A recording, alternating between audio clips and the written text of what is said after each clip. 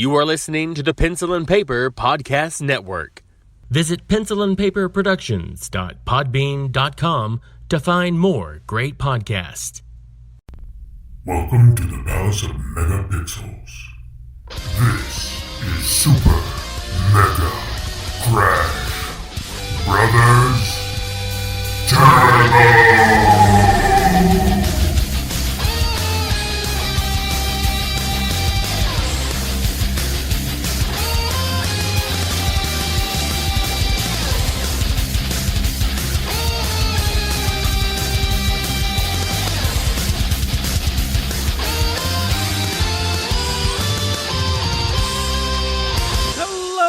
Welcome to Super Mega Crash Brothers Turbo. I'm your host, Stephen White. With me, as always, is my co-host, Lacey Finley.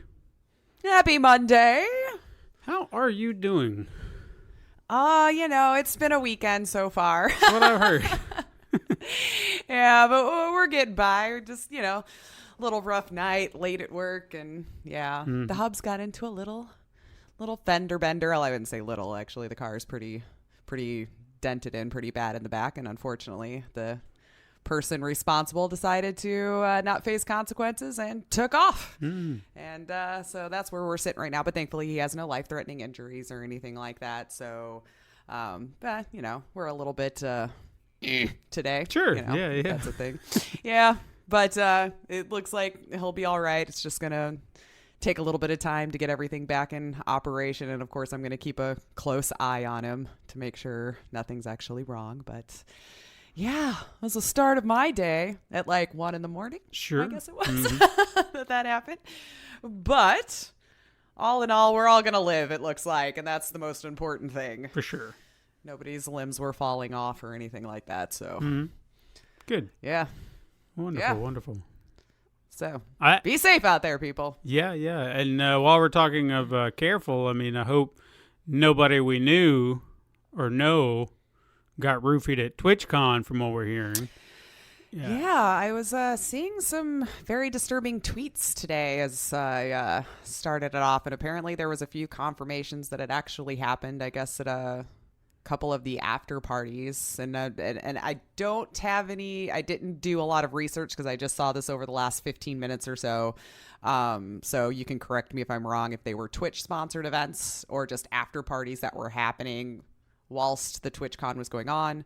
But I did see Ammunition post a tweet showing a picture of a bunch of beers just lined up in an open container on a bar for people to just come up and grab. And this doesn't sound like the safest of situations, obviously. And we're starting to see some reports that turned out a little sideways for some people. So for those of you that reported that happened to you, I'm really sorry. I hope your health is okay. And it seems like, thankfully, some of them was reading. They had a lot of good friends around them that ended up taking care of them for the ones that I saw. So outside of the actual being drugged, it seems like they're going to be okay, and that nothing physically terrible happened to them that I've seen so far. So let's hope. Be safe, men and women. Don't just take open container drinks that you've not seen made or anything like that. I'm kind of beside myself that that's even a way that we would try to serve drinks at any kind of party,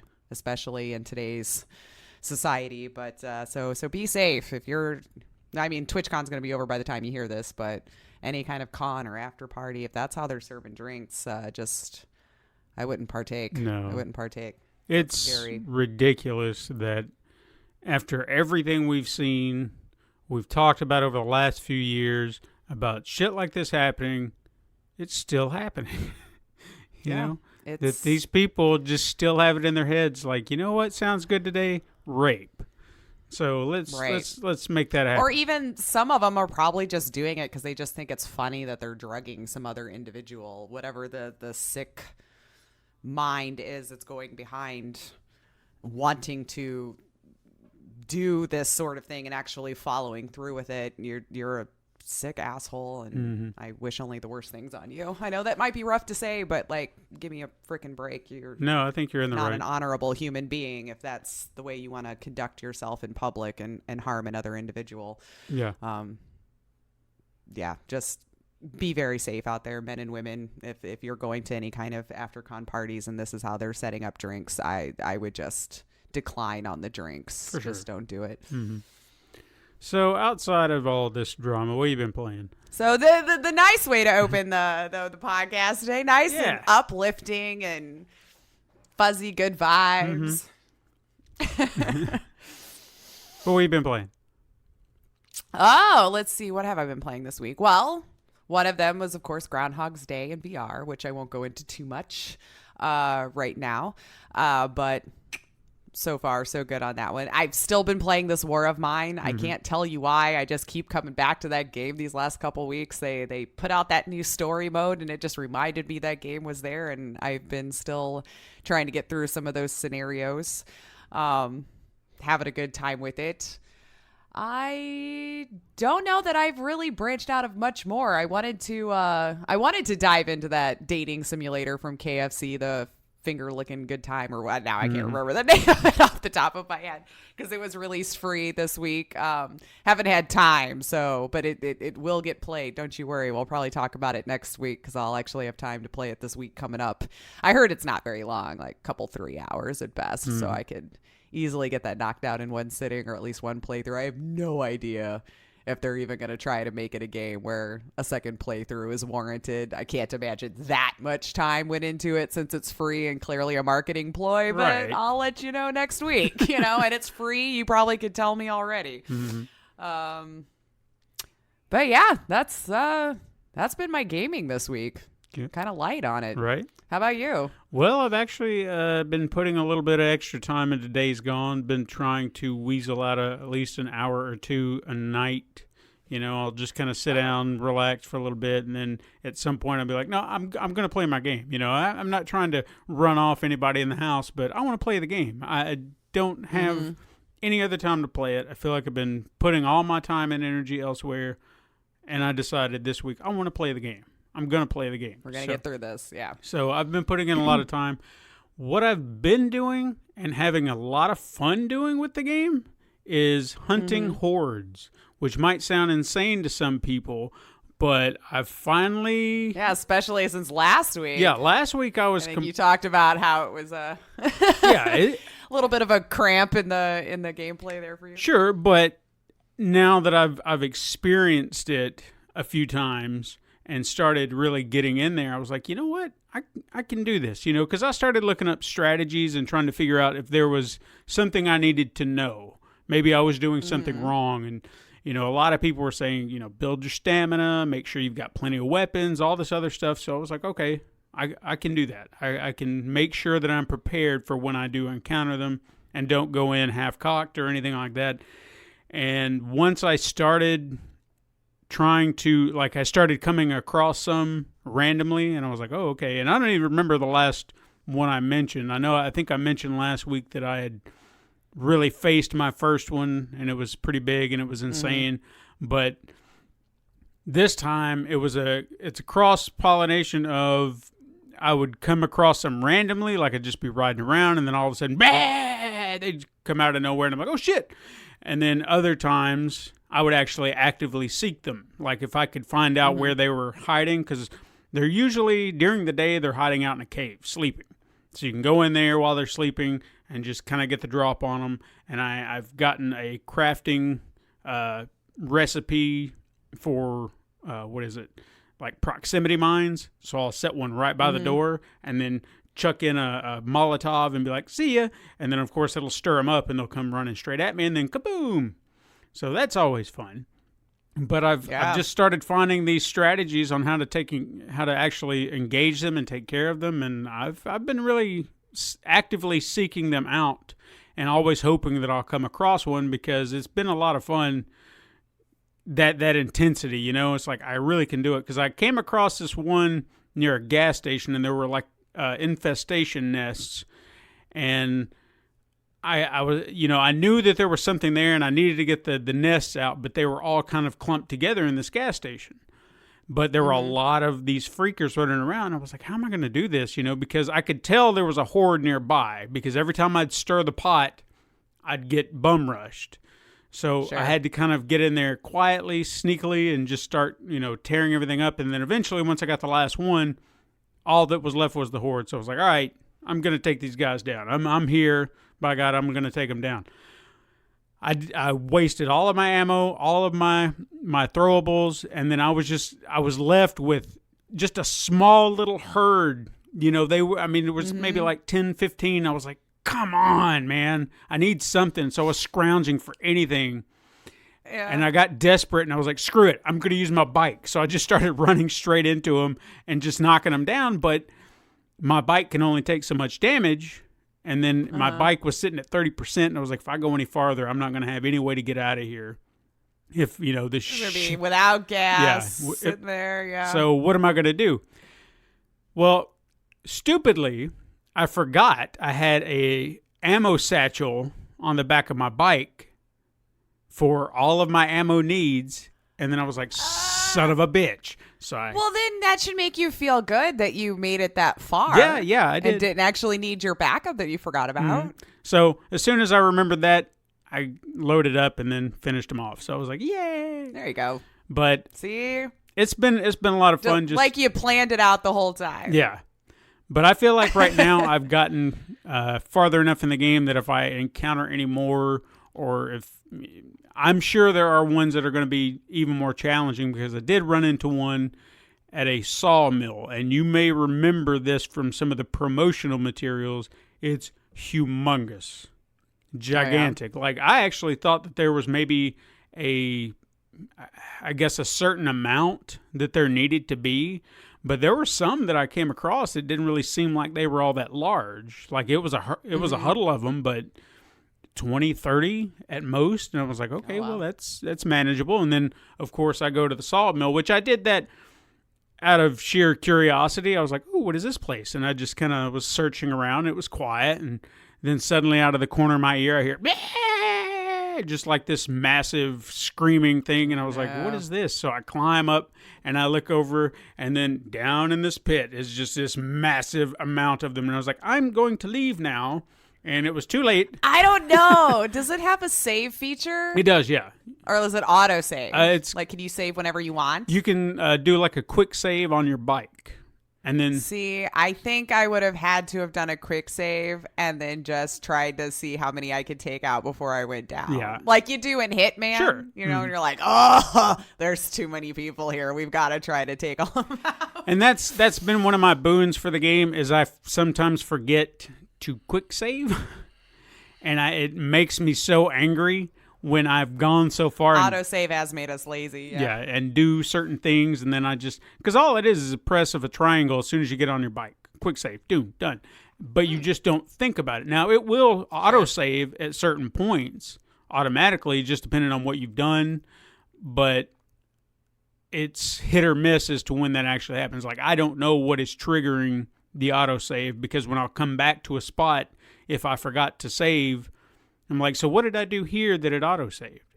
So I don't know. I don't know. Okay. But it's been a lot of fun. I spoke to Todd about it because he was asking where I was, and he said I probably have maybe 10 to 15 hours left of the game, story anyway.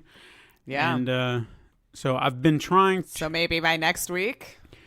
Depends, because I'm one of those completionist types that I've been spending a lot of time on the, getting all this other stuff done. Like today I was collecting all the collectibles that I could while taking out hordes, if I should happen to run across them. I did run across one horde, and I was so mad because it didn't trigger as like, you've killed this horde. And I'm like, but I killed everything here, and this was clearly a horde. So what the hell? Yeah. So I'm hoping that wasn't a glitch. I hope maybe it just was a very large group of them, but it felt like a horde to me.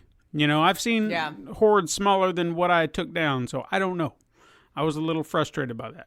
But regardless, I've been doing a lot of that. So I think now where I'm at, I think I've got 2 hordes left in these one main areas that I've been to, and then the third area that I'm in story mode right now. I'm just going to kind of go back there, I guess, now until I can, because I don't know. I've been using, guides to kind of get me in an area to where they are, and some of them have been hit or miss. Like, they'll say, hey, you go to this place, and that's where it's at. And it's like, this is clearly not where this thing is, because this has everything you're explaining is not what this area is. So I don't know what the hell you're looking for or what you're telling me to look for. So I don't know how to find them, and they have said that the hordes kind of move a lot. So if they're at night, they're out. If it's daytime, they should be in their cave. But I can't seem to find some of them, so I don't know. I'm trying to figure that out. But I tell you what I do want to do. This is something I have not played, but I really, really want to play that Untitled Goose Game. I've seen a lot of people. Yeah, I've been watching some of it. Yeah, that just seems... It does look cute. A lot of fun. I would like to play it. Unfortunately, I'd have to get it on PC at the moment because it's only PC and Nintendo Switch. Yeah. So, but it looks like a lot of fun. I would really like to get my hands on it. Oh my gosh. Mm-hmm. It really does. Like, I don't know if you guys are familiar with the streamer Nigellin on Mixer. If you're not, you should be. She's lovely. But I caught her playing it, and I came in right at a scene. I guess you can just be the biggest dick of a goose if you really want to. And I was just watching her with this goose. Like, she had a bow on, and I missed how she got the bow, right? Mm-hmm. But then, like, one of the people in the game would see the bow on the goose and would steal it back, and just the sheer back and forth of her using the goose to steal like a slipper, and then they would get pissed and drop the bow and then steal the bow and then do all these little honorary things. I'm like, oh my god, I can't remember the last time I was laughing so hard at just this little goose going around just being an asshole. And it was just like it was so funny. But apparently the puzzles are really cute and well done. And yeah, it just it seems like the most ridiculous concept, but it looks like a lot of fun. Oh, yeah, for sure. And everyone I know that's tried it apparently is just really enjoying it. So if you want to see somebody... Maybe I'll get my hands on it one day. If you want to see somebody having fun with it, I watched the video game Donkey did a video for it, and that was pretty hilarious. It was like just enforced more that I wanted to play it, because I wanted to play it before, but then seeing reviews and then watching someone actually play it and do like you were talking about Nigellin doing, I was like, I got to play this. It does look like a lot of fun. I have a backlog right now, but that's just always how my life is going to be, I think, until I die. Yeah, who knows? Yeah. It might be one of those I'll pick up on a cheap sale and just mess around with. But it does look cute. It really does. I mean, they've said it doesn't take very long to play, so I mean, you could do that and just kind of swing in and take 2 hours out of your day. One of those days I only have 3 hours to stream or something and just throw it up or whatever. Yeah. Well, let's talk about some news. I've got two big stories, believe it or not. And I'd say too big, but one, well, we knew it was going to come up. But this first one, I kind of feel like this is half news, half history lesson like we've done in the past, where we talk about the history of something. Because you have to have this history to really understand what this story is about. Context is key. Yeah. Okay. So the first story is, we all seem to notice, or at least I have, I don't know if the rest of you have, that lawsuits are all the rage in the gaming industry right now, you know? Oh, man, yeah. 1 week. It's like an award. Sure. You get one and you've made it, baby. I mean, Nintendo's been fighting the ROM thieves. Next week, Riot Games is fighting sexual harassment suits. And before you know it, EA's going to be suing Las Vegas for cutting in on their gambling action. That might be the case, you know? Yeah. Or vice versa, the state of Nevada versus yeah. Like, hey, we had it first. That's right. But before any of that happens, Bandai Namco is actually butting heads with At Games, who you may know for making the little mini plug-and-play game consoles and a few arcade cabinets. I would, not to really shit on them, but they're kind of mediocre plug-and-play games. They're not like, I wouldn't compare their quality to something like what Nintendo did or Sega did with their mini consoles or anything like that. It's just they're kind of cheaply made, kind of put the games out. There you go. Yeah. But anyway, despite that, they are butting heads over the rights of a long-standing video game character, Ms. Pac-Man. And this is a bit complicated, so I'm going to try to break it down where hopefully everyone understands. Now, there's a lot that I kind of learned along the research here. So first of all, Miss Pac-Man, if you didn't know, is a mod. She was actually developed by a company called General Computer Corporations during the time that Pac-Man was, very popular. They had developed a mod for Missile Command called Super Missile Command, and Atari didn't like that, so they sued them. And as part of their settlement, they were barred from selling future conversion kits without consent from the original game manufacturer. But if they could get the consent, then they could sell it to them, and then they could move it along. So GCC came to Bali Midway with a game called Crazy Auto that they'd been working on, which was kind of a mod of Pac-Man. And they kind of retooled it and reworked it, and eventually became Miss Pac-Man. And once she found her way into arcades, it was a smash hit. Everyone loved it, and it was a huge hit with women, obviously, which was already kind of, I didn't know this, but Pac-Man was a huge hit with women as well. So this just gave them something more to kind of latch onto. Right. Now, obviously, when something is a hit, everyone wants money because they feel entitled to it. So the then known just Namco took Midway and GCC to court, citing that the game was produced without Namco's consent, since they actually own the rights to Pac-Man, and Bali Midway was kind of like their mediator for games in arcades in the States. So just a little bit more context there, just to understand. Now, the game being produced without Namco's consent was actually something that was refuted by one of the modders, citing that Namco actually was kind of embarrassed that their mod was doing better than their original creation. Oh, yeah? So they just like, screw you, man. You're not gonna play. We had it first. Took my ball going home. So eventually, arrangements were made where Midway could or would receive royalties on Miss Pac-Man, and then Midway could do whatever they wanted in terms of paying GCC for the mod. So it was up to them. Like Namco said, as long as I'm getting a cut of the money, you guys do whatever you want, and we'll just leave it at that. And then everybody was like, okay, cool. So all was right in the world in the 80s. Now you fast forward to now, and it seems that the now known Bandai Namco has actually been trying to secure the full rights to Miss Pac-Man from GCC.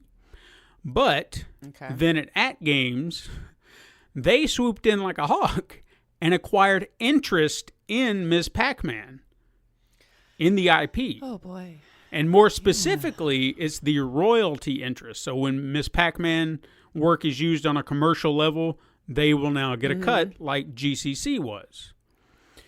Bandai Namco alleged that At Games had purposefully interfered in negotiations to shore up an already complicated rights issue, and that this isn't the first time Bandai Namco had a pending lawsuit against the company, since At Games has been making plug-and-play Miss Pac-Man games in the past, without what they consider a proper license, and that's according to a federal lawsuit that was filed by Bandai Namco. So this is really a nutshell version of what's going on, and hopefully it's kind of cleared up, but it does seem kind of like a dick move. If they've been working with the GCC and then this other company says, hey, we're going to buy those royalty rights from you, and we're going to acquire that interest, and then we'll worry about the rest of it later. So it did kind of seem like they just kind of were cock-blocking Bandai Namco. I feel like that's been a lot this week, too. Yeah. So, which might be another story you got going on, but damn. Maybe. Poor Miss Pac-Man. Yeah. I mean, I didn't realize that she didn't really have an official owner, I mean, we all just kind of assume that it's a popular IP. Somebody must own it, but she's actually been kind of owned by several people of interest, and that's about it. So, well, that's it. And when we know more, we'll update you, but that's, as it is, stands right now, that's what's going on. We'll see what happens with her, yeah.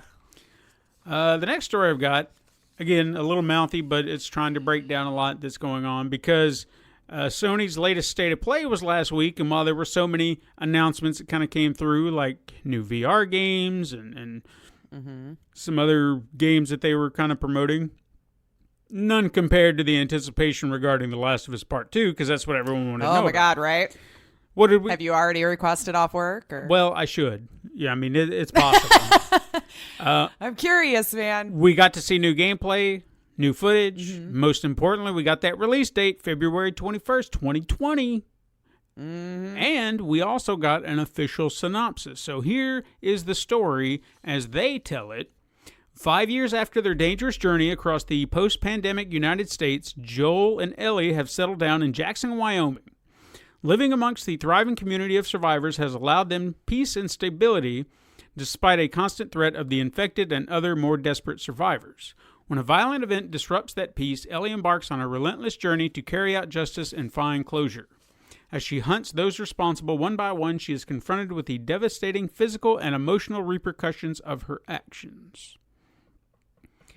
Now, I know we saw Joel. Yes. Something tells me he is the trigger for this. He will die. Okay? I did. This is not spoilers. This is speculation. I guarantee. Right. We're just spitballing ideas here from what we got. I feel like he's going to die. And then she goes on a rampage. Or the girlfriend. I was wondering if they'd go that way. Well, see, that was another theory that I heard, that she would be the one, but I feel like her emotional tie to Joel. Definitely much more longer lasting. Yeah. To this point, anyway. Yes. And there may be something that happened to her. It could be to both of them, for that matter. Joel could die, and she could be roofied by TwitchCon people. Who knows? Oh. But we don't know. Anyway, that's all speculation. We haven't heard anything. It's just, I'm just spitballing here. Anyway, all week, Naughty Dog has been dropping information about the game. One, they say it is the longest and most ambitious game they've ever made, which is evident since the game will be on 2 discs. Oh, wow. No word yet on the file size compared to Red Dead Redemption 2. So will it be equal size? Will it be different? I mean, granted, they're not the same as far as open world, because Last of Us 2 will not be open world. Fairly linear. Yeah. But I have no doubt that the stuff that they put in this game is going to need that beefier, more intense capabilities, because it already looks gorgeous, but it's some of the other things that they said they're going to be doing in the game might add to some of the gigabytes that are going with it. So one thing that they did say the game will not have is multiplayer, which split fans down the middle. I don't need it. But yeah, I'm one of those that it didn't affect. Yeah. I never played the multiplayer on the first one, so. Well, see, when fans went crazy about it, Naughty Dog did stress the ambition behind this project. Saying this is a big game. We like. Yeah, like this is still going to be a great game, guys. I'm sorry, is what they're saying. Like it. Mm-hmm. So don't. We're allowed single player experiences. Exactly. So just let it be. Yeah. Exactly.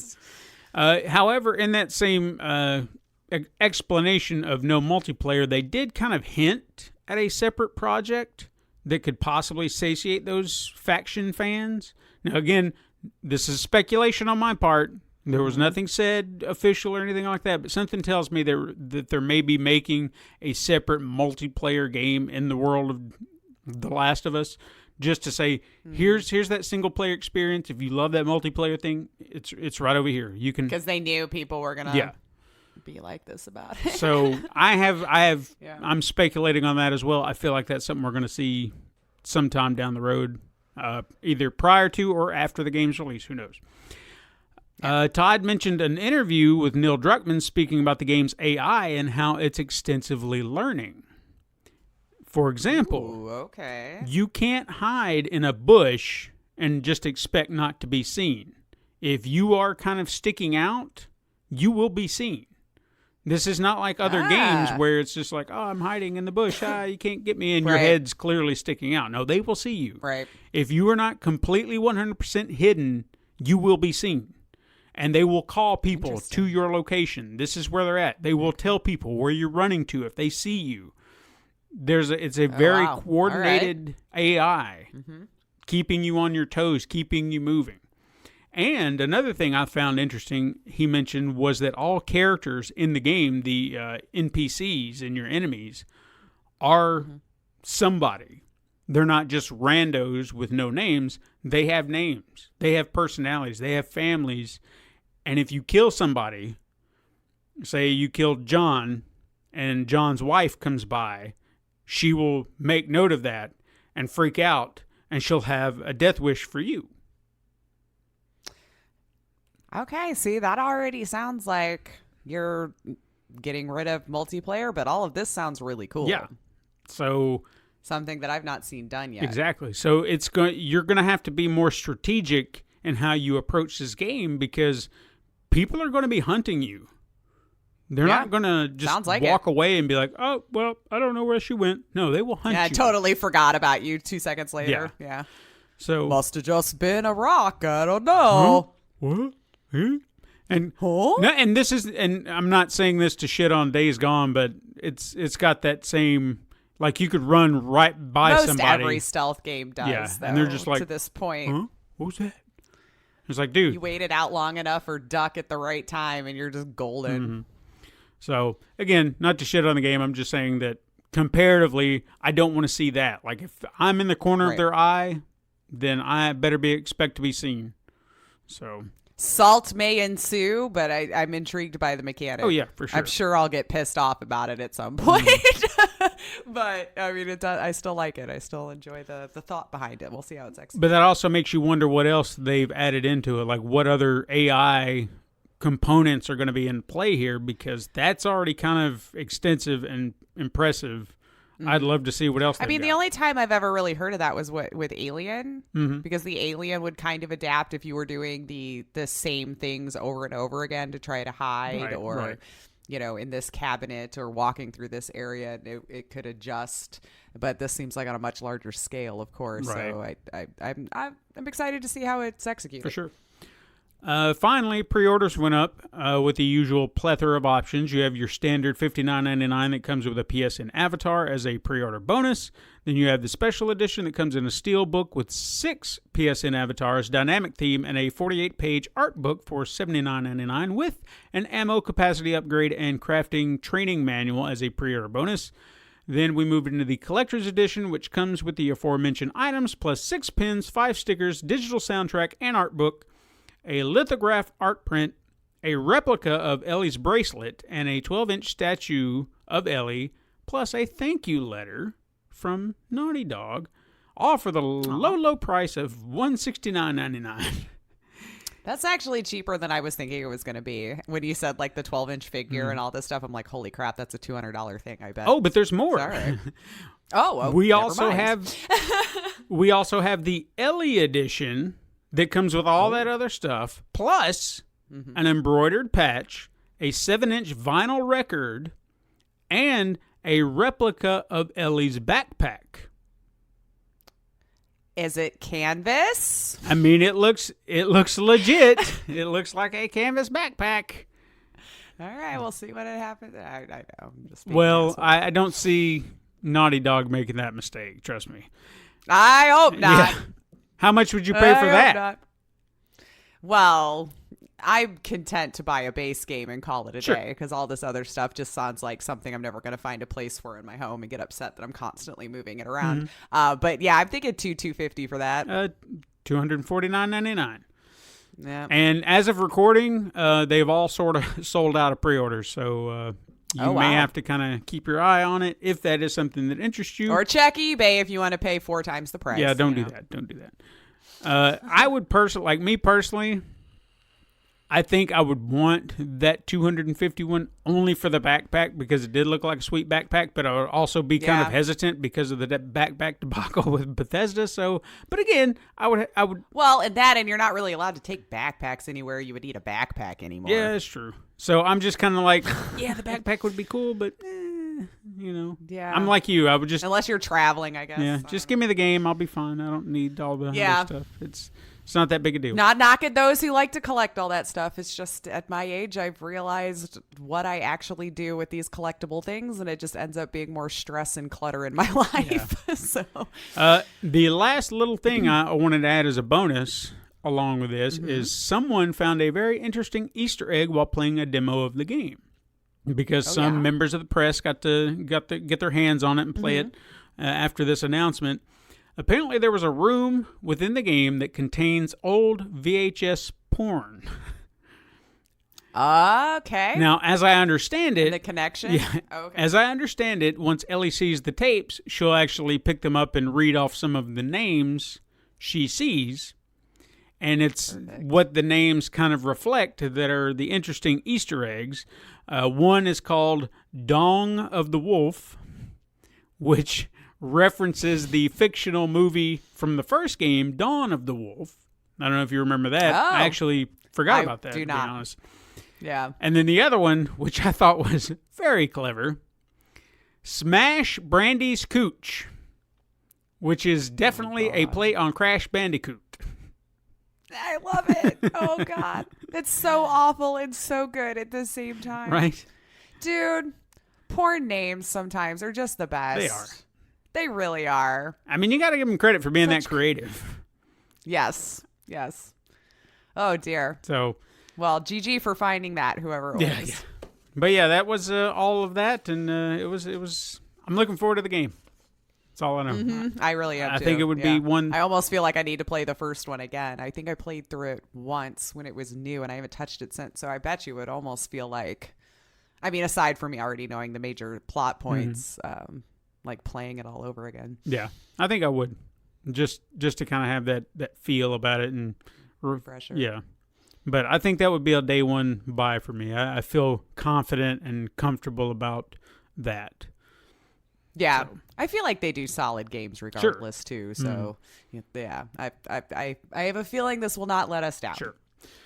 All right, let's do some quick hits because I got a few. I got a lot actually, but the Apple Arcade was such an amazing idea that Google wished they had come up with it first, and through that wish, Google Play Pass arrived for $4.99. And you can download over 350 ad-free apps from the Play Store. Now, keep that in mind. Not just games, apps. So there are games like Stardew Valley, Limbo, Knights of the Old Republic, which is, I mean, that's good, solid lineup. Sure. And then you can get stuff like AccuWeather. If you want a good weather app on your phone. I was gonna say, doesn't everyone's phone like come auto-loaded with a weather app these days? Yeah, but if you want a good one, not just what they stick you with. So. Dude, it's already more than I do. I usually just stick my head out of the door and decide if I need a shirt or not. Or a shirt always. Okay, a sweatshirt or not. A shirt always. Yeah. Oy vey, more coffee for me. Yeah, that's how I do my weather. Is it raining? Is it not? And I barely even look anything up. But I mean, obviously, that's the smart way to go about it. What does it feel like outside? Go stick your head outside. Exactly. I mean, that's the best weather engagement you can have. I mean, unless you start to get to like where the seasons are shifting and it's probably like 100 degrees during the day and then 32 at night, in which case we've talked about this. Just leave a sweatshirt in the car, man. I mean, I do use mine just to make sure if it's going to rain or anything like that, or if I need to look ahead. Yeah, sure. But for the day, you're going to know. Yeah. The PlayStation 5 is said to consume less power in an effort to combat climate change. Okay. So good for them being green. It'll be $1,000, but whatever. You'll save on your energy bill. Sony and Annapurna Interactive revealed Watum, which is a new game from Kaita Takahashi, the creator of Katamari Damacy. The game will release for the PS4 in December. I never played Katamari Damacy, but I've always heard good things. I have not either. I'm vaguely familiar with that developing team, though, and I feel like I've always enjoyed the few things that I've tried. So, well, hopefully they'll re-release that game and we can all play it. That would be fun. I'd like to play it. L.A. Noire, the VR case files, was unexpectedly released on PSVR last week during that whole state of play. Have fun. I thought it was very janky on the PC VR, so I can't imagine the PlayStation is helping matters any. Yeah. But good for them, I guess. I mean, it was cute. It was fun. I couldn't finish it, though. It was too rough for me. I mean, I did kind of want to go back and play L.A. Noire when they re-released it on the PlayStation 4, but I wasn't dying to do it either. It was just like, if I see it. Oh, the game itself is Yeah, fantastic. it's just the VR version. Sure. Yeah. So I was also kind of weary about that as well because of I saw some videos. It's a little rough. Yeah, it was like, I remember trying it, and I played it for probably like an hour one day, and then I tried to come back to it like a few weeks later, and I think I didn't have my VR legs as well yet. Like, I'm not super master at moving through locomotion in VR, but it had like one of 3 different ways to move. and it was just holding the guns to shoot, and everything was just very awkward. So I don't know if it's one of those that you benefit from actually buying one of those add-ons that would make your controllers a gun, but you also need them to walk and stuff. So I think you could tell it wasn't exactly built for VR, but they tried to do it later, and it kind of missed the mark. It was a cool idea, and I wanted to love it, but I think the mechanics sometimes just really took you out of the moment. Right. More frustrating than having fun. Oh, well. Also, Civilization 6 was announced coming to the PS4, so if that's your thing, there you go. Night School Studios, developer of the game Oxenfree, will see their second game After Party release on October 29th for all platforms. That's the one you got to play at PAX. I'm excited about that. Wasn't it? I did. Yeah, I enjoyed it. It was a lot of fun. I pre-ordered it. At me if you want. I know it was on Epic Store, but it was again during that sale where I used my gift card before you're all like, you're going to get your stuff stolen. Well, take my last 50 cents on my gift card. I don't care, whatever. But yeah, I'm ready for it. Yeah, for sure. I think it'll be fun. I'm looking forward to it. Dying Light 2 story mode is said to be only 15 hours long, but the game itself will take over 100 hours to complete. Wow. So if you're I feel like that's more geared towards like a multiplayer experience though too, right? Yeah. I'm not surprised that a story would be, well, I guess quote unquote shorter, even though I still feel like that's a decent length. But I know it's a full price game, so depending on what your ideas are on price via, well, I mean, if value as long as the game is. Wow, I am not talking well today. I apologize, guys. But I mean, if they're giving you 100 hours of side mission content and just other things to do, then yeah, I'd say it's well worth. That sounds like a lot of content to me. Yeah. Yeah. I think you're good. I mean, that would be fine with me. I think some people just want to play through the story and be done with it. Other people like myself. I'm probably one of those people who would, unless I had a close group of friends that wanted to play it with, because we've discussed this a million times on the show. I like cooperative gameplay. That's about as far as my multiplayer gaming goes. Microsoft's Project xCloud will be releasing a public beta in October, allowing select players to play games like Gears 5 and Halo 5 from their mobile devices. Interesting. We'll see how that goes.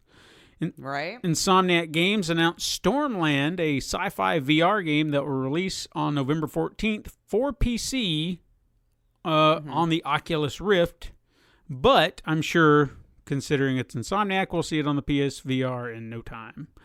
Yeah. The other one that was announced, though, at this... Are you talking about with, like, the Oculus event that was just up or whatever? Asgard's Wrath. Oh, yeah. Is one that I have been waiting for that finally got a release date, too. So I'm going to have some cool VR games now, finally, to look forward to. Because I played that at PAX, Asgard's Wrath. That was the game that I played when I finally got in to try the Rift S. Right. And it looks like it's so much fun. Yeah, it did. So... Twitch rolled out a huge major redesign. Brighter purple. Yeah, and really big font. Somebody told me, though, that you can change it. I haven't investigated it any further than that. But yeah, it was just like really big, bubbly font for like following and stuff. I'm like, what happened? I mean, Why are you yelling at me? There were a few other aesthetic changes, like easier browsing of live channels on the main page and a creator color tool for streamers to help accent their brands on their channel. So if you wanted that wonderful orange color to accent your date rapiness, there you go.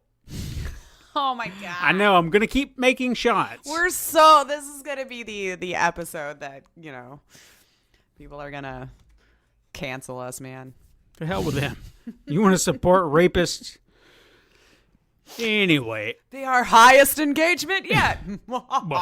Luigi's Mansion 3 will have paid multiplayer DLC. I don't think a lot of people were happy about that. Yeah, like I just had to replay what you said in my head to try to wrap around why that was a paid DLC, but okay. Yeah. Oh, we're going to talk about Nintendo a little bit more later. Mortal Kombat 11 is adding team raids. Woo. Rockstar finally spoke out about Red Dead Redemption 2 DLC rumors and basically said it's not happening. So stop with the rumors. Well, they did like a huge update to the online. They're going to be focusing on the online for a while. Yeah. I don't know that it's taking off like GTA 5's online did, but I mean, that's still still very much so played. What is it, 10 years now? Yeah. I'd say. That game came out. It's been a while. And it's just now to the point where you're seeing it at $30 as a normal purchase when it was like, 2 years ago? It was still a full price game. And even still at 30, it's just like, Well, I mean, I'm just saying that's the cheapest I've seen it as a regular price, not just catching it on a sale. So if the online takes off, that's probably what you're going to see them working on until whenever the next game is they want to release. Yeah. Assassin's Creed is getting a manga adaptation. If you want to read Assassin's Creed in manga form, there you go. It's happening. Hey, fun fact. Keanu Reeves was almost in Death Stranding playing Mads Mikkelsen's character. Really? Yeah. Apparently, I think it was a conversation between Hideo Kojima and I can never remember the guy's name. Nicholas Winding Refrain. He's one of those weird directors that he directs those really those movies that you're just like, you either like it or you're just like, no, I'm not going to do that. Yeah. It's very love it or hate it. Yeah. Anyway, I guess he was trying to find somebody, like he wrote the role for Mads Mikkelsen, and this other guy was like, if you want somebody to do it great, Keanu's the best, Keanu's the greatest, and he considered it for a moment. He's like, I'm going to stick with this. It's fine. Yeah. I mean, I don't still really, I know as much as everybody else about the game right now, but I feel like with the vibe I'm getting from what that character is, I feel like Mads was the right choice. But I know everybody's in a romantic love relationship with Keanu, and I don't think any of us would have been upset if it was him. I feel like you hear he's in anything, and we're all like, oh, really? You know, we all are in love with him. But we'll see. Yeah. But I think Mads was probably a good choice. Seems like he has the right look for the tone of the character that they're going for in the trailers that I've seen. And finally, according to a report from Deadline, Travis Knight, the director of Bumblebee and Kubo and the Two Strings, is in talks with Sony Pictures to direct the Uncharted movie. So we'll see if it'll actually go forward now. Speaking of... Yeah, hadn't heard anything about it in a while. I thought maybe it was dead already. I don't know. Speaking of, Spider-Man's back home. Yay! For the moment, since I get to talk about it. Although I will say, and a lot of things that have been kind of floating around did kind of make me think, yeah, this is probably what's going to happen. Here's a speculation on my part. They said this is for 2 movies. Okay? And at first I was like, okay, well, maybe this is just kind of like a temporary deal. So until they could work out something that's more suitable for them, and they're just trying to do something to kind of at least satiate the fans, because fans were pissed, because we had that huge cliffhanger, and it's like, you can't just leave us there. What's wrong with you? So my opinion, my speculation, they are going to finish Peter's arc with where they left off. They're gonna tell that story. Then they said he gets to be in one Marvel movie, like separate from a Spider-Man film. Okay. I have my guess that he is going to wind up in the next Doctor Strange flick, because the next Doctor Strange flick is about the multiverse. They're going to kick Spider-Man into a multiverse and leave him there, which will be the Sonyverse. Guarantee you. And then... Ooh, that's a good theory. And then he will be free and clear of the MCU, and then they don't have to worry about it anymore. I bet. That seems like the nicest, neatest...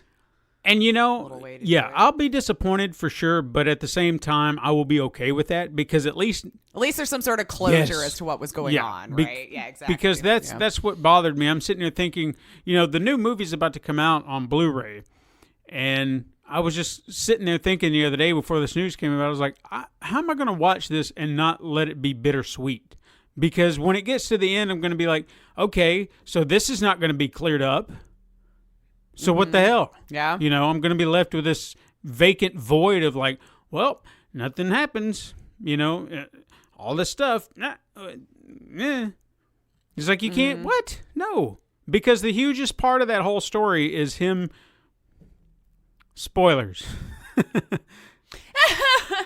Okay, just I would think. Hopefully, have you seen Endgame? I have. Okay, Yes. spoilers for Endgame. 3, 2, 1. Peter's dealing with the loss of Tony.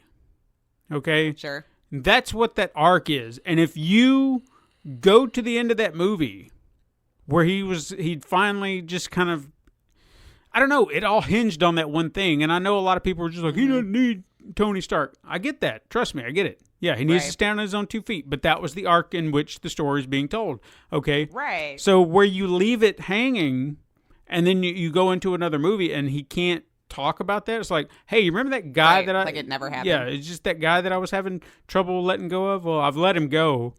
And, you know, I guess that doesn't matter anymore. We're never going to talk about it again. And even, have you seen Far From Home? I don't know that I have. No.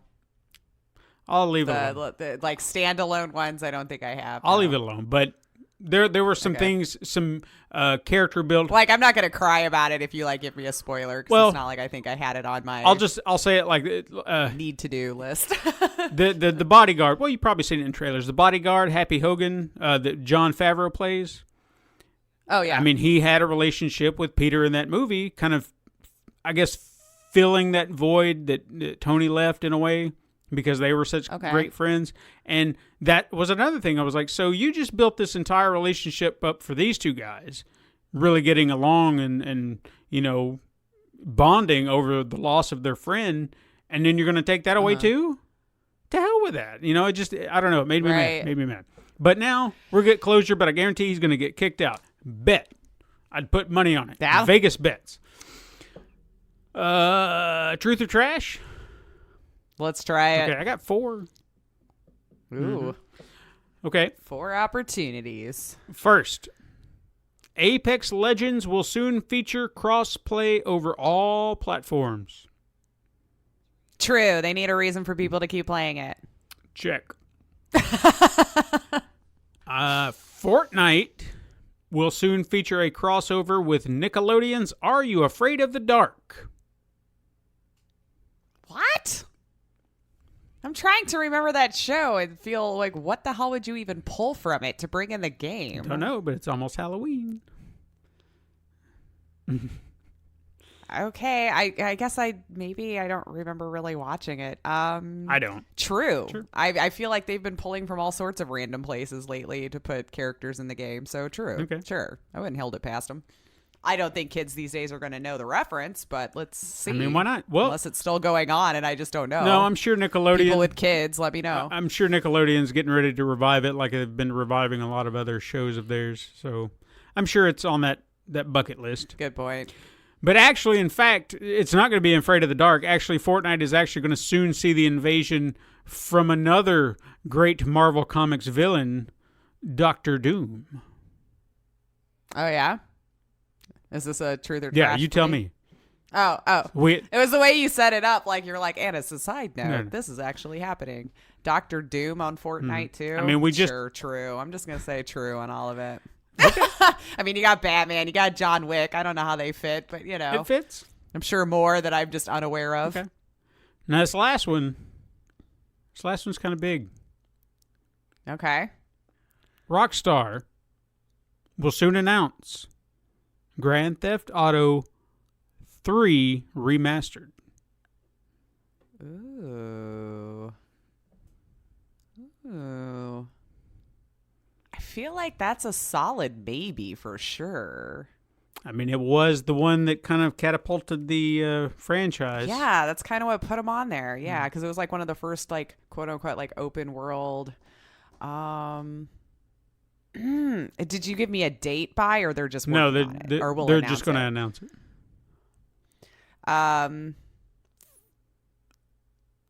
Oh wow, this one conflicted me. Yeah. I want to say true though. I'm going to say true. Okay. True across the board. We're in that day and age right now where like remastering's all the rage. So in a PlayStation 2 title like getting remastered, why not? Yeah, I mean, look at what we did with Resident Evil. Now, I don't know if it'll be like that level remaster, but it would be kind of cool if they did. Sure.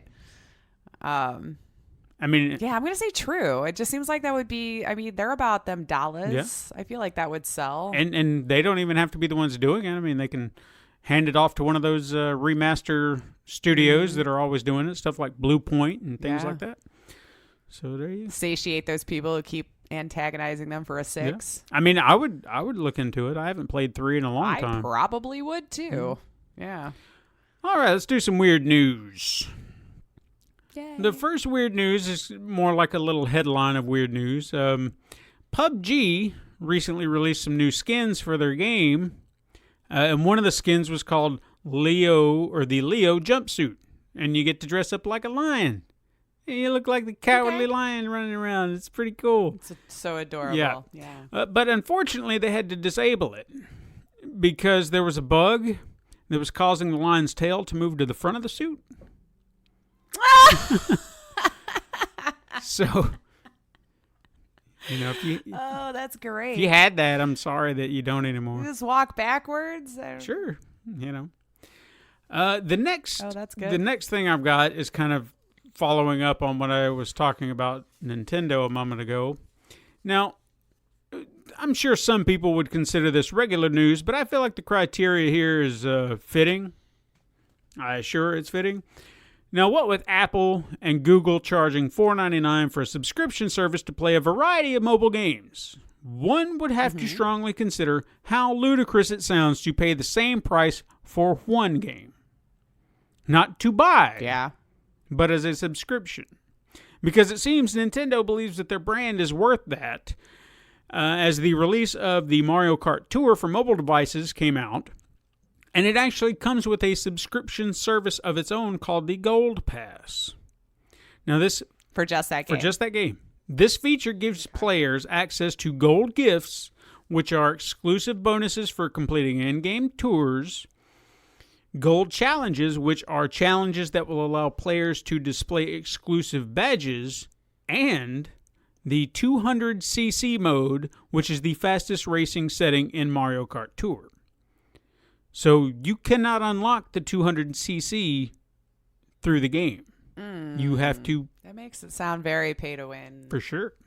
And if that's not enough, if you would like to play the game's titular character, Mario Kart, you have to pay $20 to buy Mario. Oh, Nintendo, what are you doing? Yeah. Now, considering you can play the original Super Mario Kart with numerous other games for $3.99 a month on the Switch, one makes you wonder what the hell Nintendo is thinking. I mean, not to make an excuse, do we know how much these, I know these app stores take their own fees. Has it become more astronomical since the change? Because wasn't there something that these places redid their storefront or something to that effect? Well, there was speculation for... I mean, it still seems awfully high, but I'm just wondering if it's in response to... Well, there was something speculation on a story that I heard coming out of IGN where they stated that when Super Mario Run came out, it was a pay-in-full game. So you plop down $10, you have the entire game. No microtransactions of any kind, nothing. You just play the game. You've got it all. And then I think they shifted it to a, you can play for free, but then if you want this, you can buy. And they adjusted the model, but you could still pay up front and play, the entire game. Unlike this, where this is free, but then you have the subscription pass if you want to get that extra stuff. Now, they were saying that Super Mario Run did not meet Nintendo's expectation of sales. It sold well, but not that well. And they are thinking that maybe they were trying to approach... So we're going to charge more, and that's going to be the key. I think they see this as some sort of a better deal when it's really not. Because they were even saying they would plop down $20, $30 to play this game in full versus this nonsense, which I wouldn't pay this. No. Not even for a new racing circuit. No, absolutely not. I'm not doing that. Especially when you could just buy it probably on the Switch for a normal game or something. Well, again, for mobile games, you're really not going to get me to pay more than $5, to be fair. But I don't really game that much on mobile. Like it's, if I'm sitting somewhere and need to kill time because, I'm waiting on an appointment or I'm on the train going somewhere, then I might put something silly on just to flip through. But Yeah, it's no, that's too much. I'm not a mobile gamer. Like, there will be a game here and there that I'll pick up just out of curiosity. I might get into it. I might lose interest. I lost interest in Dr. Mario not that long ago. It was just like, yeah, I'm playing it, but now it's like, I just stopped playing it. So I don't think this is going to go over well. And if they intend to make money off of this, it's not going to work. I don't think it will. Yeah, There are people out there who have probably already paid for the entire service. And if they love it and everything, that's fine. Yeah. If you feel like it was a good value for you, but I just the way I mobile game, no. But it's not just the $4.99. It's $4.99 a month.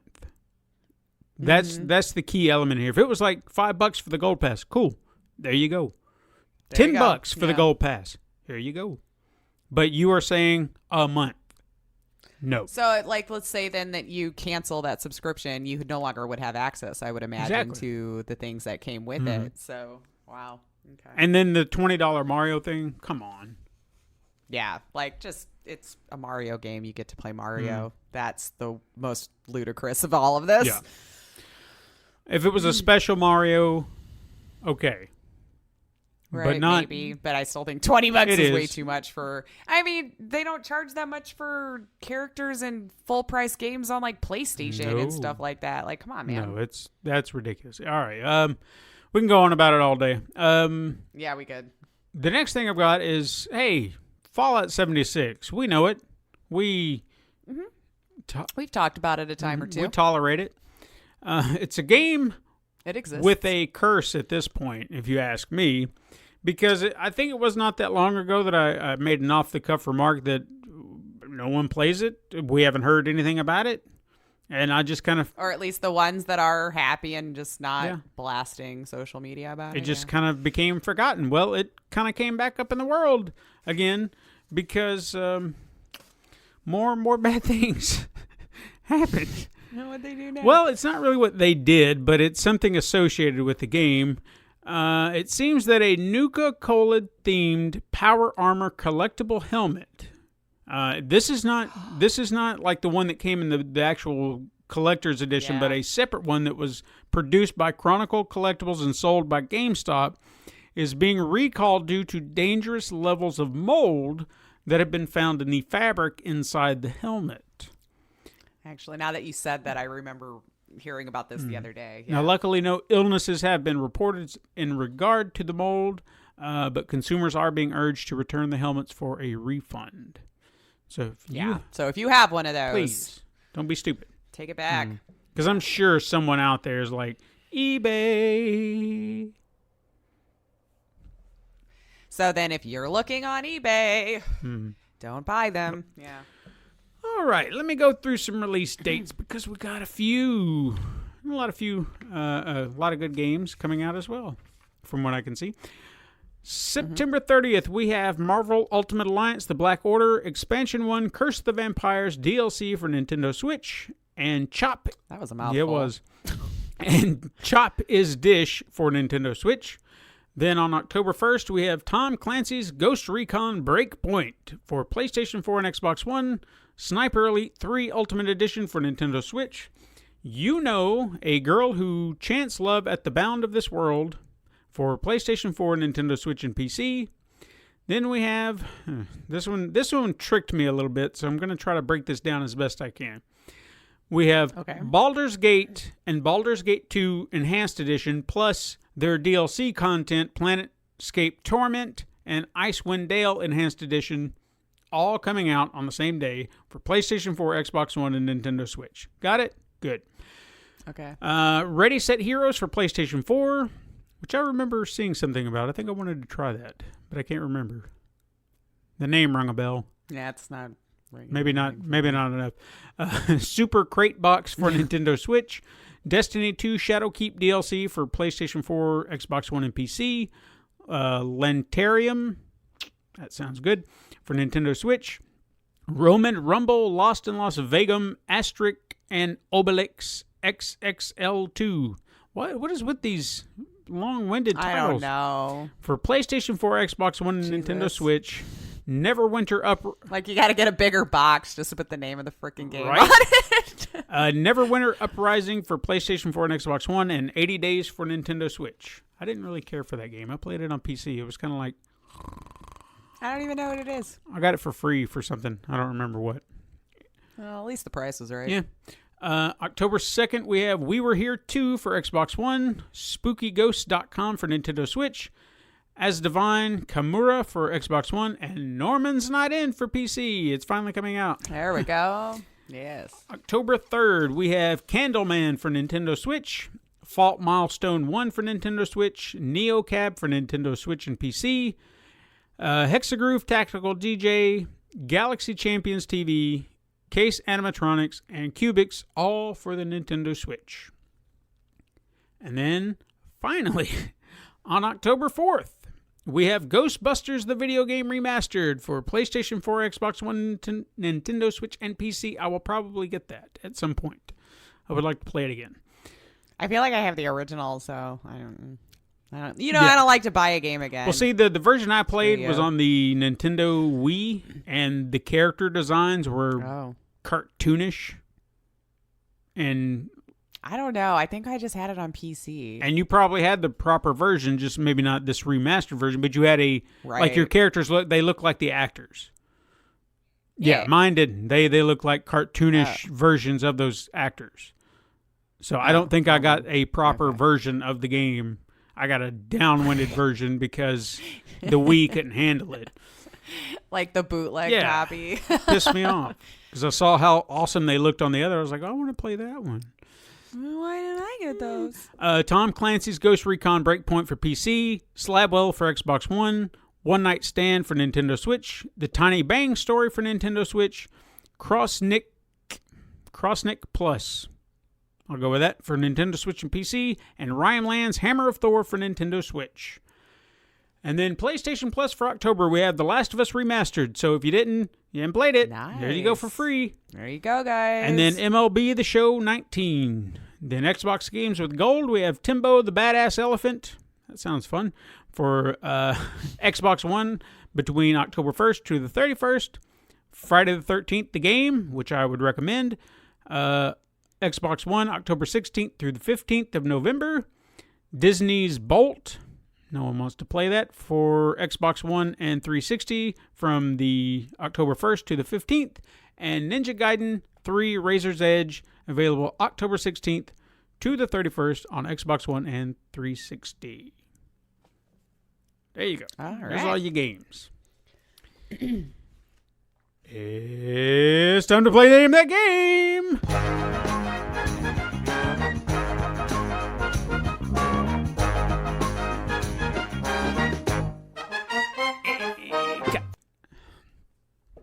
All right, I've got... Do I have one, two? I got four today. You have like 12 today? Okay. No, I got four because... This is what we're doing the rest of the day, folks. I did dig for some games. Okay. And I wanted to stick with the ones that were interesting because sometimes, like last week, they're just not that interesting. Last week was I think one of the most bizarre so far. Yeah. But this week there were a few that kind of had some... I'm still upset about the guy naming his game. Here's my game, I'm sorry, or something that he didn't name it that. I'm still bitter. Yeah. It's fine. I'm sure. I wonder how well his game sold. I've already forgotten about it. I was going to check whatever. I was going to look into it. But I mean, you see his sales pitch. That's how good it was. You forgot about it. Exactly. Because you didn't pick the name I would have gravitated towards. So. Mm-hmm. All right. First one. Oh, my kaiju. It's kaiju. Get your kite into the sky now. The kaiju are coming to town to burn it down. Save your Meemaw. Save the universe. Fly or die. Non-stop kite-flying, kaiju-fighting, side-scrolling action. Look out for interstellar kaiju invasions. I said invasions. You did. There's too many. Protect your kite, and it may save your feeble life from the claws and jaws of the towering beast's attack. Using state-of-the-art kite-flying physics and controls engineered to accurately and precisely simulate an actual real-life kite-flying kaiju attack, this procedurally generated platformer ensures each and every platform you land on is one ripped from the grip of random chaos incarnate. Oh, dear Lord. Yeah, are you excited for this game? I don't even know if I'm sure what just happened. Okay. I mean, there's a lot of kites. There is. And side-scrolling. I heard that. Side-scrolling, kite-flying action. All right. Is this A, kaiju kite attack, B, flying monsters in the park, C, super kite flight, or D, the AKA Kaiju Defense Initiative? Ew. I kind of want to go with A or D, but my gut was saying A early on, and I'm just going to go with it, and I'm going to say A. Answer is A, kaiju kite attack. All right. Good job. Someone who finally named it about their description.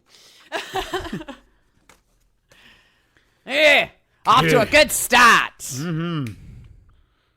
Okay, this next one I wanna put a little emphasis on. I'm trying to figure out how to. You know what? I'm gonna go old school trailer guy. Okay. Best I can, anyway. In smoke-infested lands, one hero must rise to the top in order to rescue those closest to him.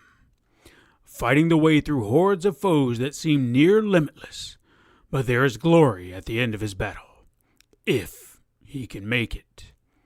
Fight your way through an onslaught of cigarettes and track down your beloved Mary Jane from the clutches of evil Dr. Hydro.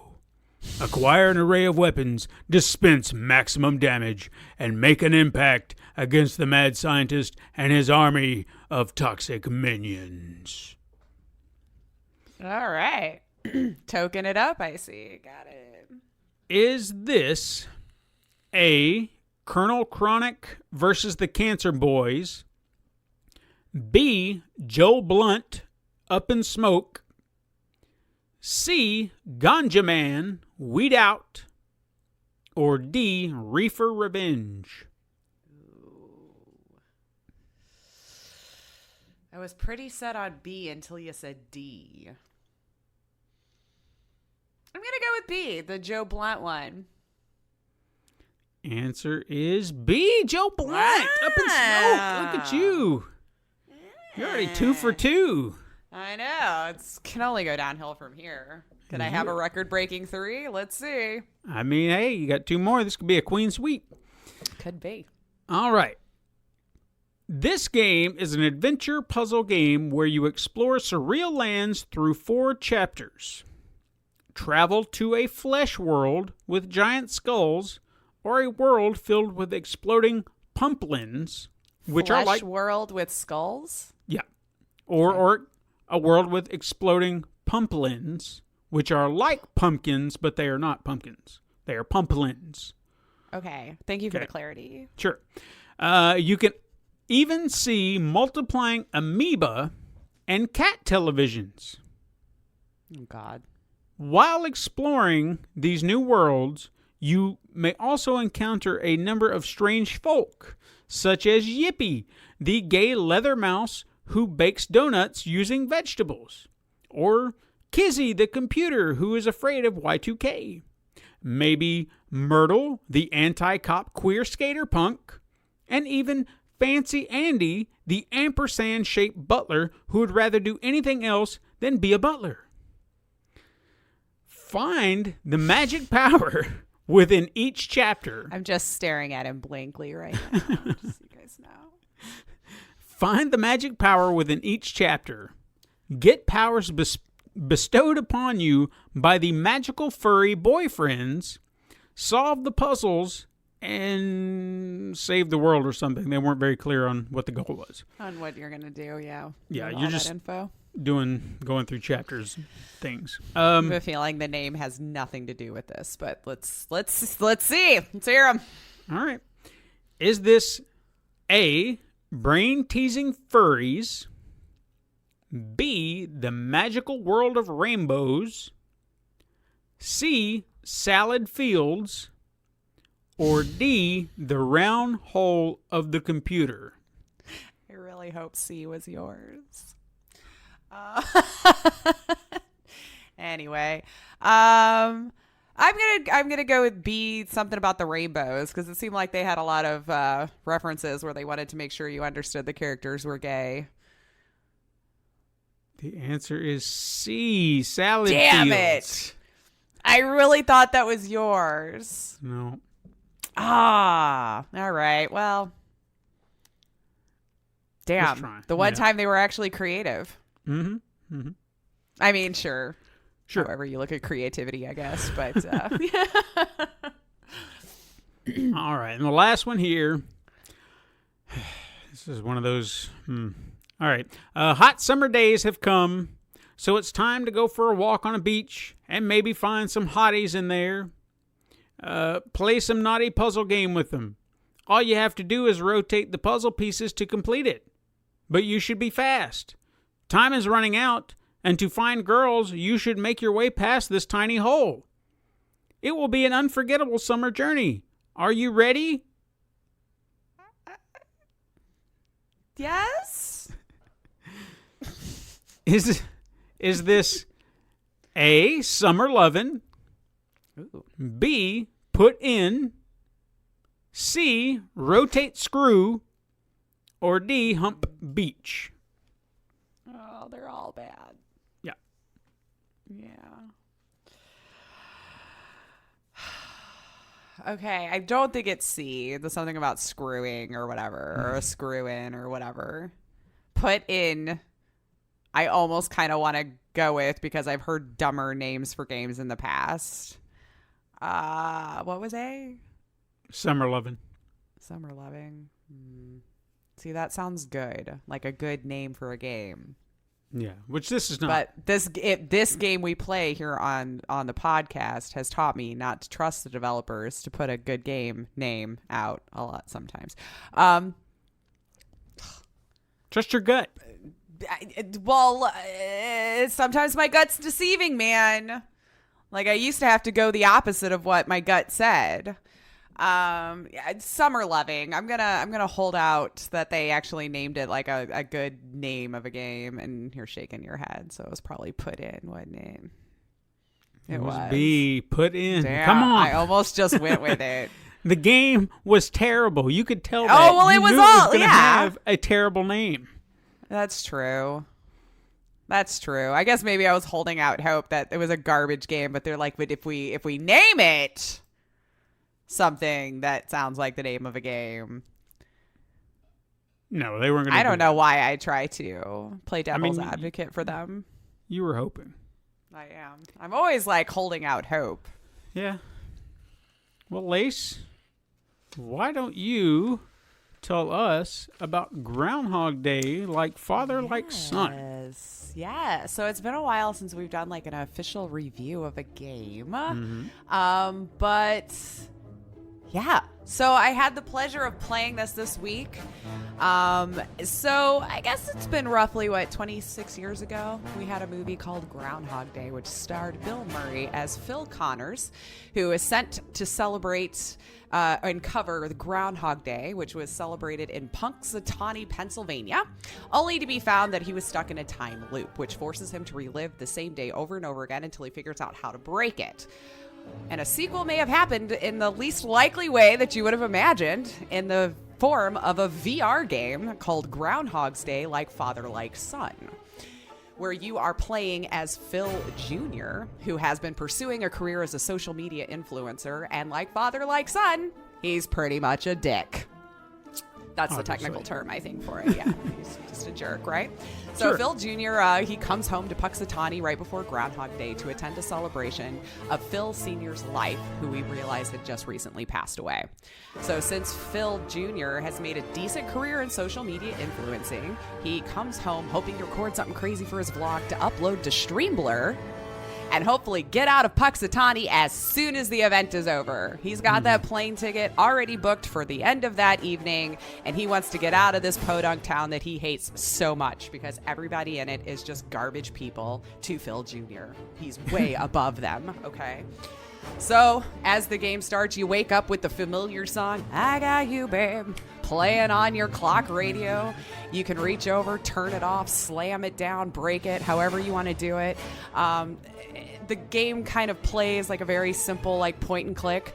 I do recommend, if you play this game in the beginning, before you get out of bed, just play with all the stuff that's on the nightstand there. They got some little funny things that'll happen right there so long as you're willing to explore in it. I'm going to try to do this review as spoiler-free as possible to keep in mind some mechanics and stuff might be considered that, but I don't think so overall in the story. Sure. But anyway, so definitely play with all that stuff on the nightstand before you decide to resume with your first full day here in Puxatawny. But so it's like a point and click. In his bedroom here is kind of your tutorial. It's not going to take you long to figure it all out. So you can get up out of bed. They have your typical things that you would do in a VR game to waste time to kind of get a handle on the mechanics. You go further into the bedroom, you can roll up tissues and throw them in a basketball hoop that's hanging over a garbage can and keep score. There's a guitar on your couch that you can just strum along to for a little bit. You can sit at his desk and draw as he encourages you to draw penises. Yes, he does this several times. He's a very grown-up adult, as you can tell.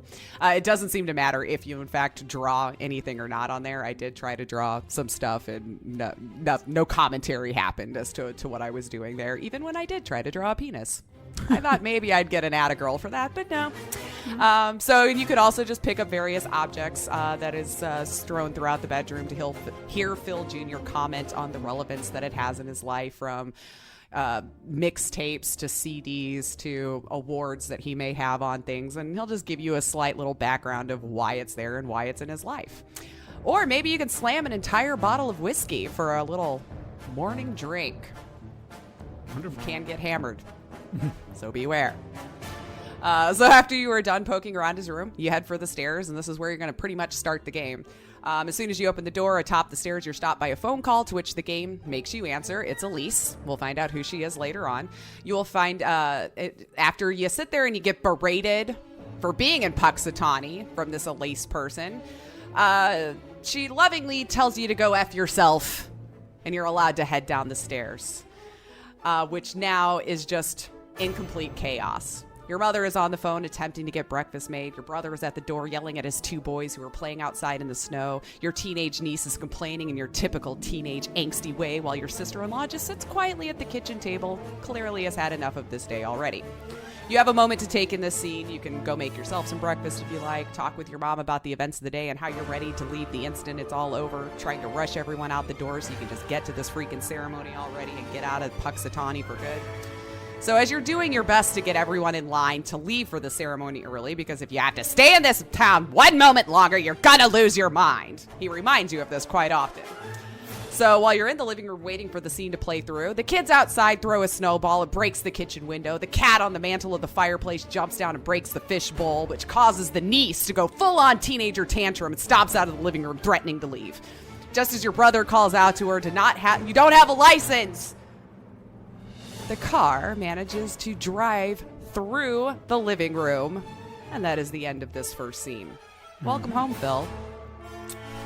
So now, as you may, if you are familiar with the movie or not, this is where you realize now is when you're going to need to make sure none of the above-mentioned events happen so that you can get to Gobbler's Knob in time for the ceremony dedicated to your father's life and see the unveiling of a statue that was made in honor of Phil Sr. So this means repeating the scene until you get it right. So just be sure to pay attention to the chaos around you. There's a lot going on in that first one. There's conversations being had all over the place, which to me was kind of cool and overwhelming, but that's probably what it's like when you're at a family function when everybody starts to fight with each other, where you're just like, you don't know where your attention's being drawn to. So I felt like that scene played out very well. But just if you pay attention to the chaos around you, I feel like you could figure it out quite quickly how to prevent those events from happening with Phil Jr., even giving you a couple hints along the way. Like maybe you've done it too many times and he might on your 4th, 5th, 6th try go, hey, why don't we try blah, blah, blah, to get past maybe a part that you're not figuring out how to prevent from happening. So if you do this and make changes until everything ends up okay at the end of breakfast, now you can move on to the ceremony. So as you continue on to the ceremony, you meet some old family friends, which introduces new things that you're going to have to correct throughout your day as you further yourself into the game. Each one is quite unique and amusing, I have to say. I thought to myself, though this was one thought that had crossed my mind with repeating so much, how would this game play out overall? Is it going to be one of those things where I'm eventually bored, tired of repeating this until I get it right?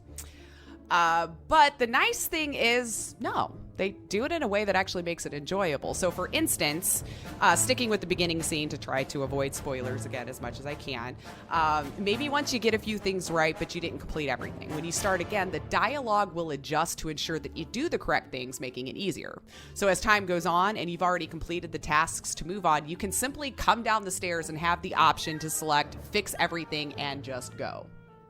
So if you've already mastered that scene, it won't force you to replay it. You can, or you can just say, I've already got this done. Let's move on to the next one where I've got to start to correct the next scene to finish the day.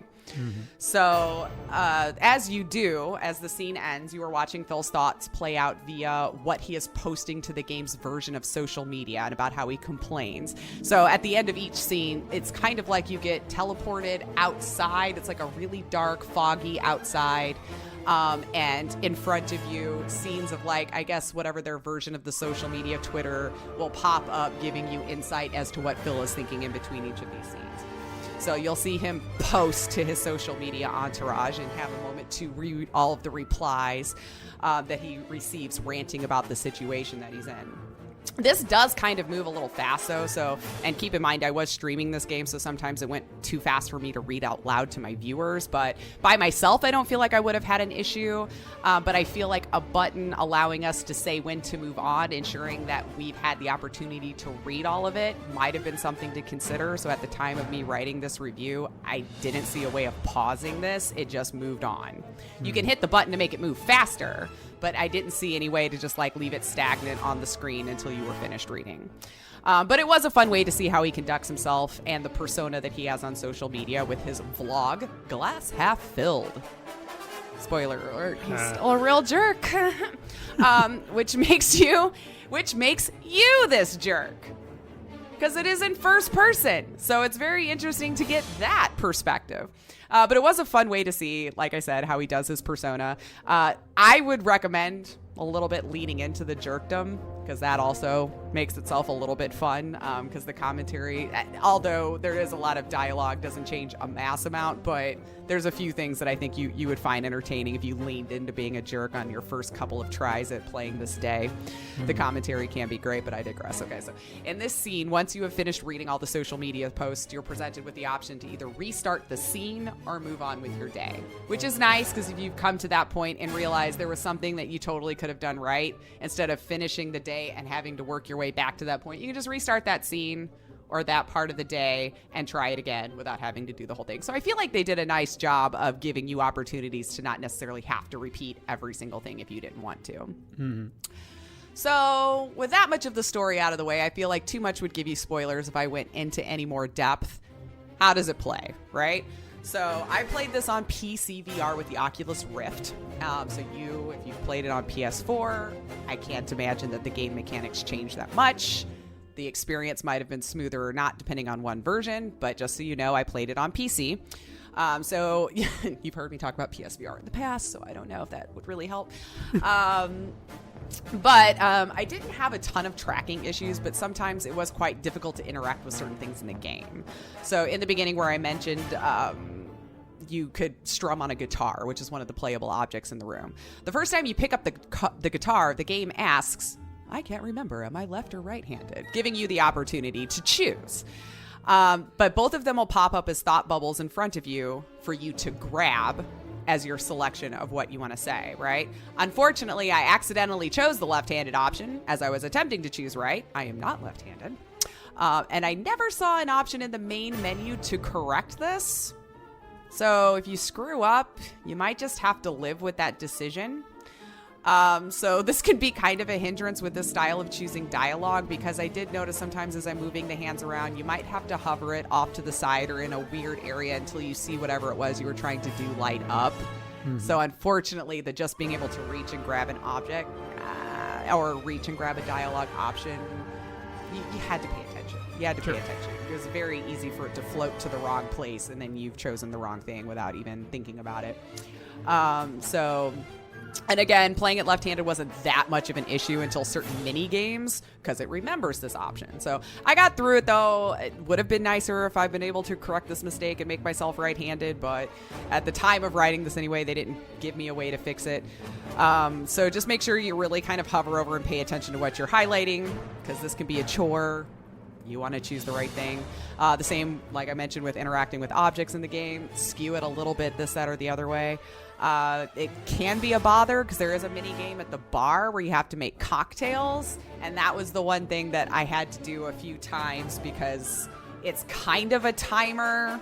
So if I was having a really hard time grabbing the correct object to do what I needed to do, I would have to restart that scene several times to try to do whatever the mini game was setting me out to do. So mechanics wise, not amazing, but it wasn't so terrible that I would say it should turn you off from playing it, but just keep that in mind. It's not very refined. But speaking of the mini games, there's a few that are kind of interesting that you play along the way. You find out later that your brother is addicted to cappuccino, and the machine at the house is broken. He must have his cappuccino, or how can he go on with his day? He will be gripey all day long. So once you play along, you find out how to fix it. It starts a mini game where now you're inside a cappuccino machine throwing beans at cappuccino machine parts.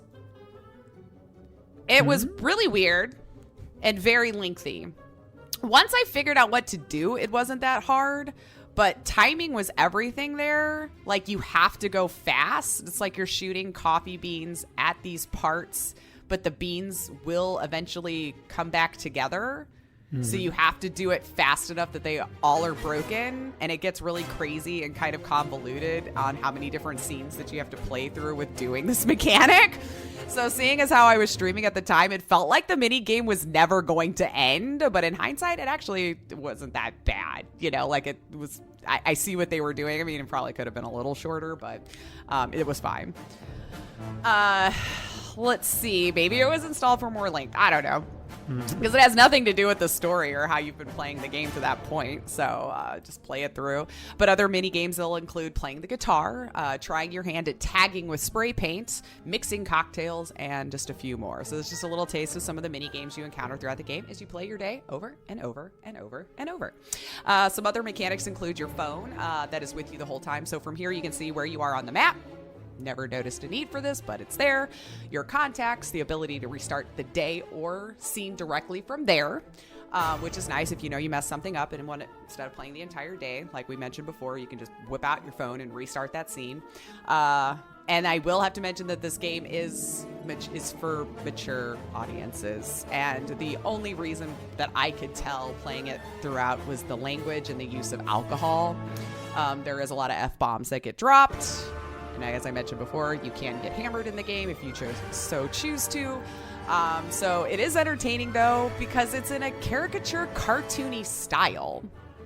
So when the F-bomb is dropped a good amount and you get straight up hammered in this style, I found it kind of funny that they chose this game style for the graphics and having that dialogue.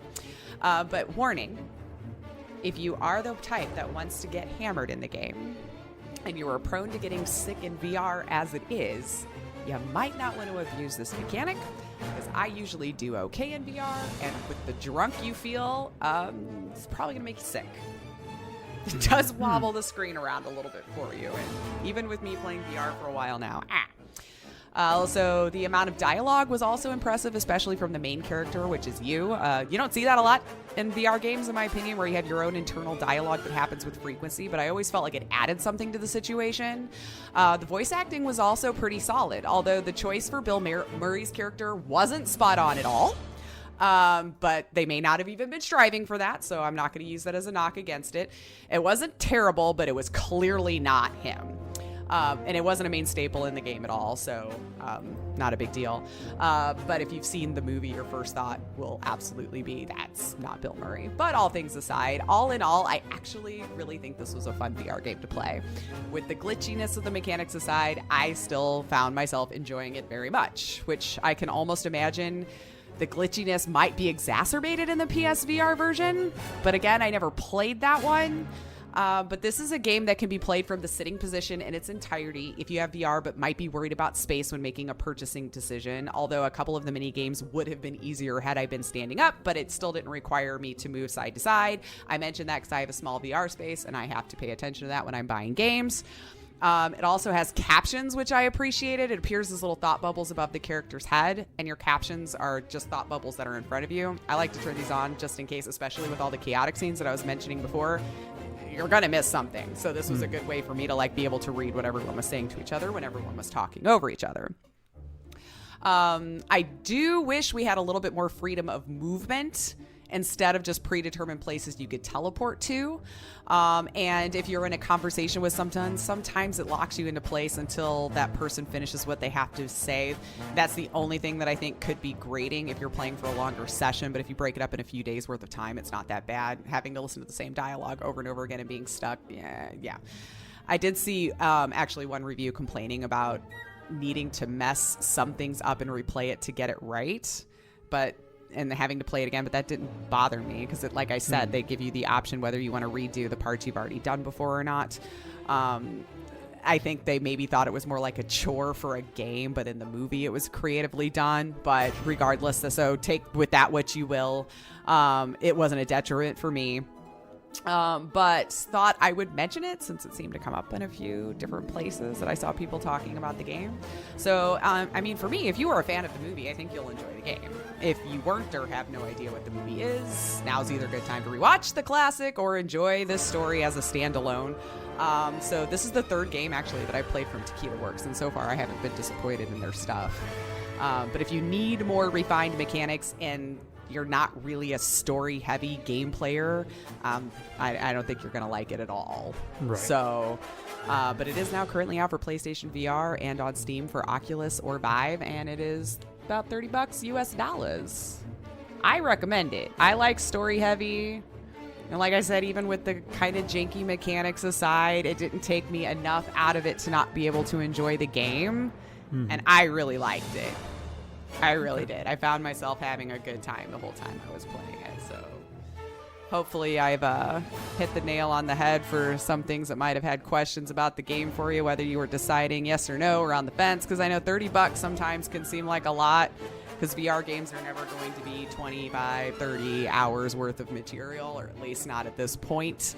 I want to say it took me about, because I know some people equate value with length, 7 hours? Maybe 6 to 7 hours worth of the game. So, and of course that all depends on how long it takes you to do the mini games and how long you let yourself just explore in the parts where it won't necessarily end your day because you finished a thing, you know. Right. I enjoyed trying to make breakfast. I burnt so much bacon. I mean, it sounds like a lot of fun. I was kind of hesitant on it. Like, the premise sounded interesting despite being about Groundhog Day. But I think you've sold me on it. Like, I really want to try it out now. It is a lot of fun. I thought the story and the dialogue and the back and forth was witty done. And of course, the coming of age story where, you know, you grow as a human and all this kind of stuff is in there, of course, as well. Kind of in line with the movie, you know. Sure. But there's no, like, killing yourself over and over again, which I feel was good to not add that in. Yeah. From a first-person perspective.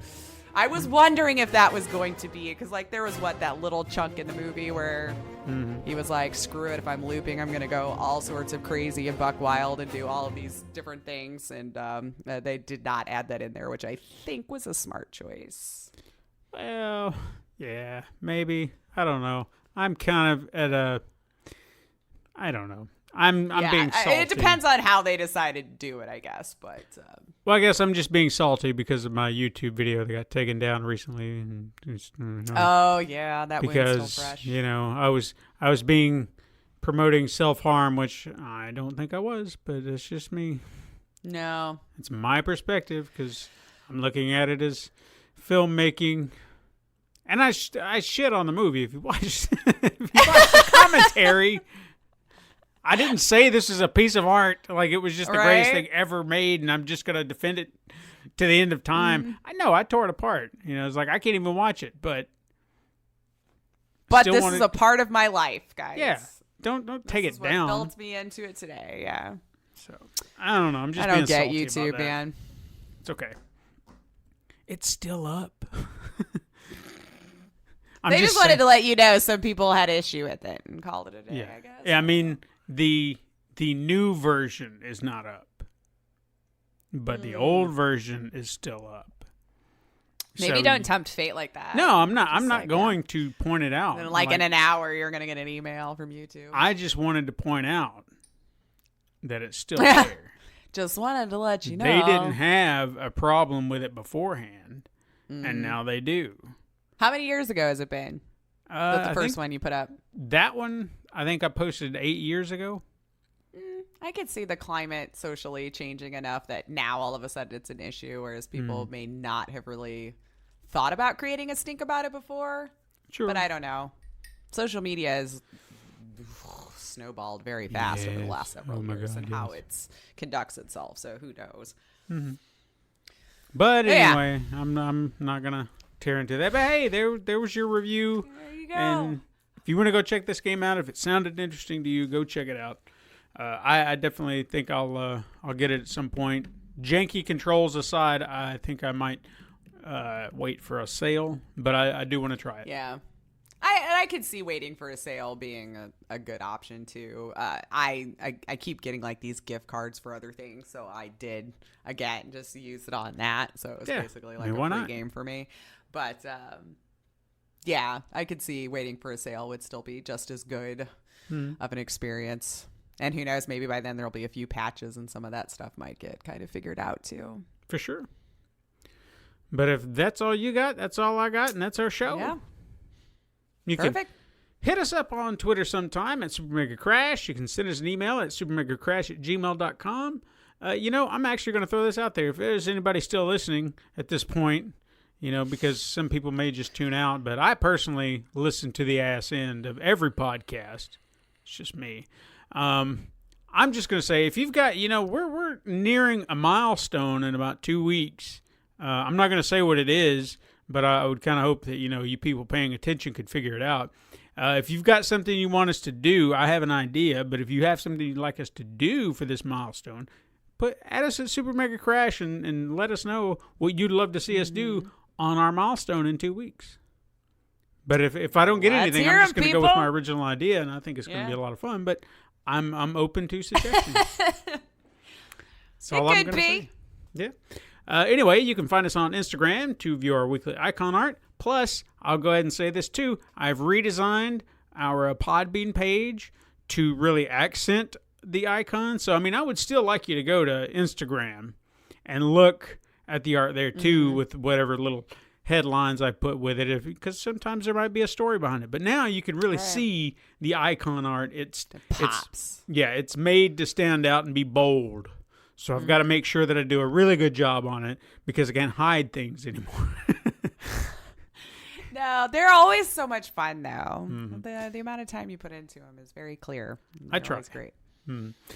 Support the show by pressing a like button. You can leave reviews on your preferred platform and even go to patreon.com/Pencil and Paper Productions and tell your friends to find us on the Pencil and Paper Podcast Network found on Apple Podcasts, Podbean, Spotify, Google Play, Stitcher, and even youtube.com/Pencil Paper Productions.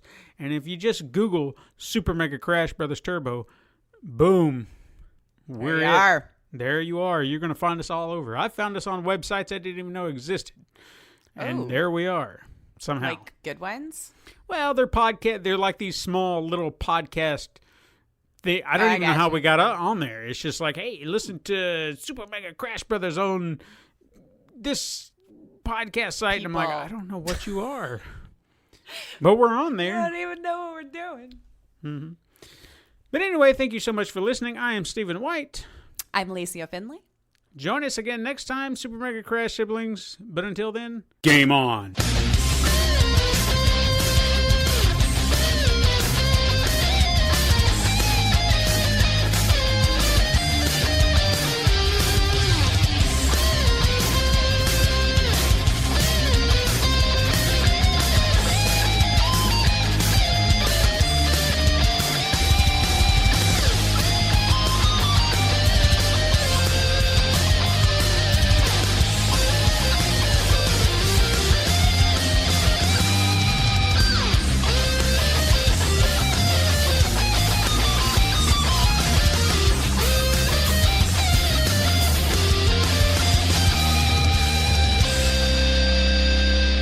This has been a Pencil and Paper Podcast Network production.